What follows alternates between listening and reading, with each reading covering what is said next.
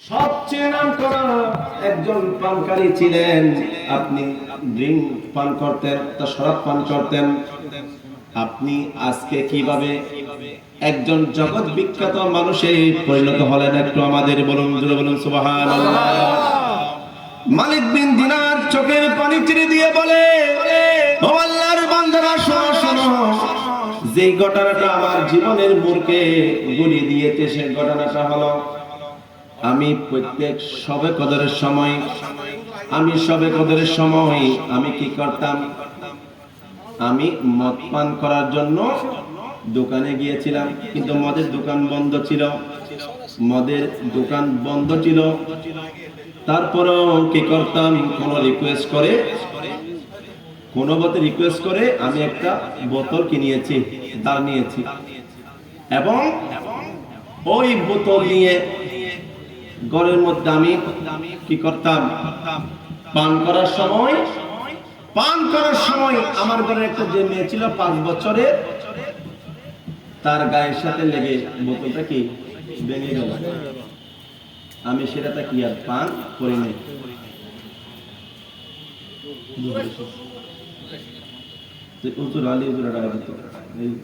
দাম নেই, মাহফিল সুন্দর দিন, হুজুর আইবু জালিত কাছে দিন। সালাতুন ইয়া রাসূলুল্লাহ আলাইকুম। তাক আমি ওদিকে যাচ্ছি না। দেখ আল্লাহ পাক যাদের মধ্যে এই অভ্যাস আছে তাদের আল্লাহ ক্ষমা করে, সবাই বলুন আমিন। তো যাই হোক, সালাতুন ইয়া রাসূলুল্লাহ আলাইকুম। नारे तकबीर नारे रिसालत नारे गौसिया पदन मेहमाনের আগমন শুভেচ্ছার স্বাগত নারে তকবীর নারে রিসালাত नारे गौसिया अहले सुन्नत वल जमात पदम मेहमाনের আগমন শুভেচ্ছার স্বাগত মনসাবাসীর পক্ষ থেকে হযরত নিজাম আলী ফকির রহমাতুল্লাহ আলাইহি নারে তাকবীর নারে রিসালাত নারে গৌসিয়া আহলে সুন্নাত ওয়াল জামাত হযরত মাওলানা মুহাম্মদ মকদুম শাহ আল মাদানী সাহেব হযরত মাওলানা মুহাম্মদ মকদুম শাহ আল মাদানী সাহেব।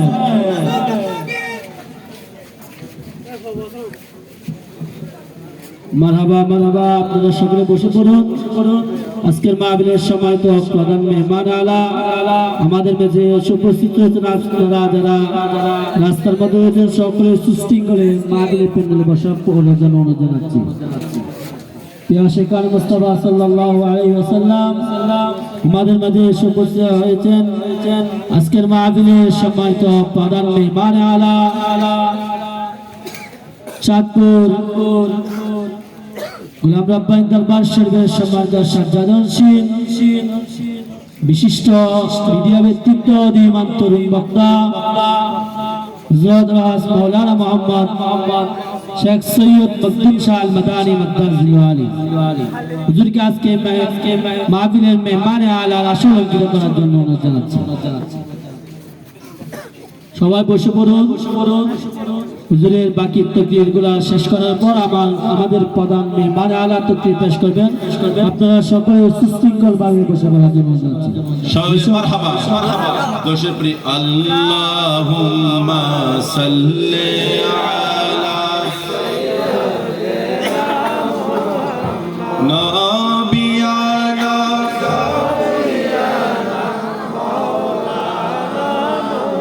ইচ্ছে করলে দয়াল নবী তাকতে পারতেন আরশে, ইচ্ছে করলে দয়াল নবী থাকতে পারতেন আদর্শে, আরে উম্মতের ওই মায়ায় পড়ে শুয়ে আছেন মদিনায়।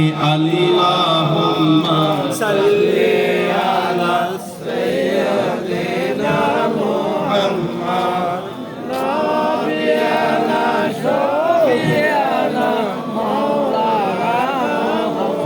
সবাই বলে মারহাবা। আলহামদুলিল্লাহ। আমরা তো আসলে ওনাদের সেবক, আমাদের খাদেম, ওনাদের দোয়া আমরা বেঁচে আছি, আলহামদুলিল্লাহ বলেন না?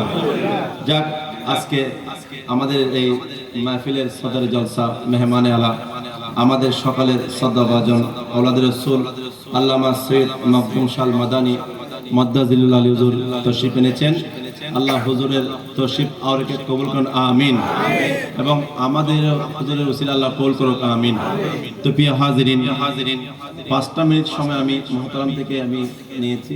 আমি উনি যদি পারমিশন দেয় আমি ইনশাল্লাহ আমি এটা রেগুলার করতে পারি। যাই হোক, আমি একটা ওয়াকে বলে আমি ইতি টানব, যে ওয়াকে অত্যন্ত এটা চমকপ্রদ ঘটনা।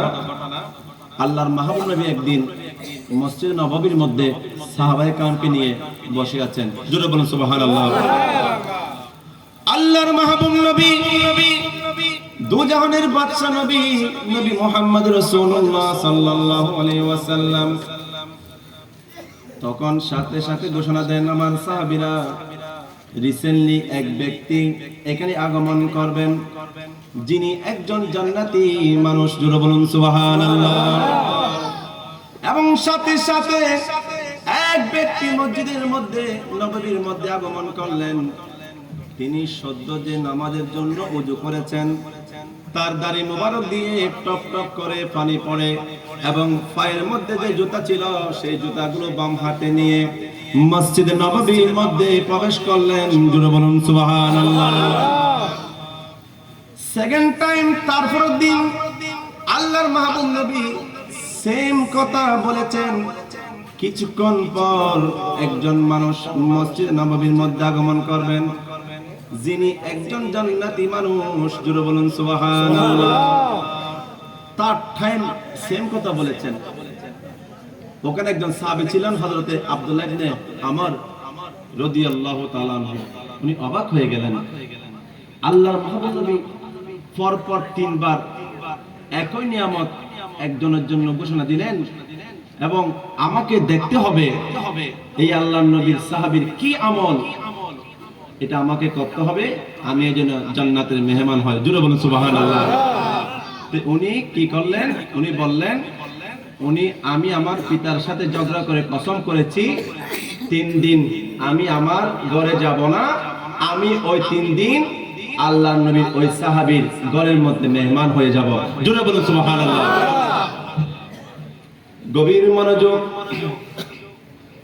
আল্লাহর নবীর ওই সাহাবী মেহমান হয়ে ওই সাহাবীর ঘরের মধ্যে গেলেন এবং 3 দিন তাকে ফলো করতেছেন।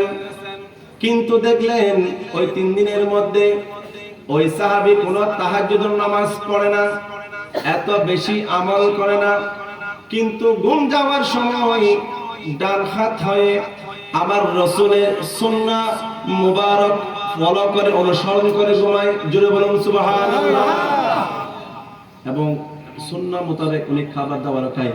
কিন্তু আব্দুল্লাহ ইবনে আমর বলতেছেন, এটা তো সচরাচর আমল যেটা আমরাও করি, কিন্তু আমার তো মনে হয় না এই আমলের জন্য আল্লাহর মাহবুব নবী দুনিয়ার মধ্যে বসে ওনাকে জান্নাতের সার্টিফিকেট দিবেন। জোরে বলুন সুবহানাল্লাহ। উনি হতাশ হয়ে চলে যাচ্ছেন, এবং যে আমলকারী ওনাকে বলতেছেন, আপনি কি আমল করেন? আবার আপনি যা দেখেছেন সচরাচর, যেগুলো সচরাচর সেগুলো আমল করি। ওই আব্দুল্লাহ ইবনে আমর যখন চলে যাচ্ছেন, আল্লাহর নবীর সাহাবী মনে একটু ব্যথা আছে, হাকিকত জানতে পারলো না, সাথে সাথে ডাক দিলেন, হে রাসূলের সাহাবী দাঁড়াও, আমার আরেকটাও আমল আছে, সেটা হলো আমি সারাদিন মানুষের সাথে কি করি, মুআমালা করি, আমি লেনদেন করি, কথাবার্তা বলি, লেনদেন করি, কথাবার্তায় লেনদেন যদি কোনো কথা বলা উলটপালট হয়, যদি আমার ভুল ত্রুটি হয়, আমার একটা অভ্যাস আছে, রাত্রে আমি বিছানায় শোয়ার আগে আমি আল্লাহ ওই বান্দাকে, ওই বান্দার ব্যাপারে আমি কোনো বিদ্বেষ রাখি না, হিংসা রাখি না, আমি ওই আল্লাহর বান্দাকে আমি আল্লাহর ওয়াস্তে ক্ষমা করে দিই। জুড়ে বলুন সুবহানাল্লাহ।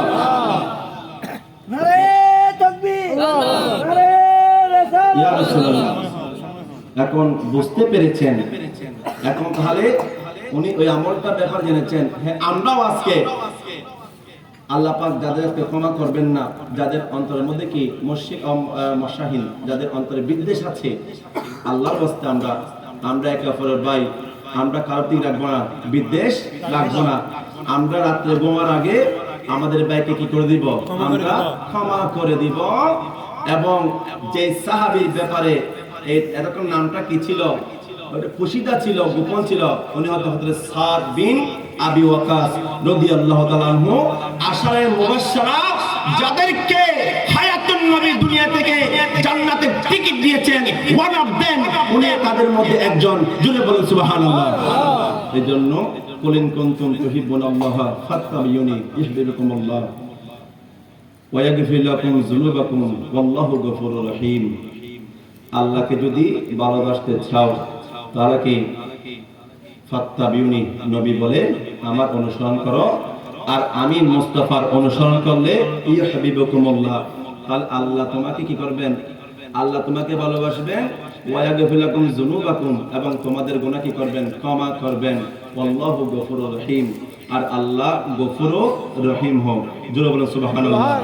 ওয়া মা আলাইনাল বালাগ। আসসালামু আলাইকুম ওয়া রাহমাতুল্লাহ।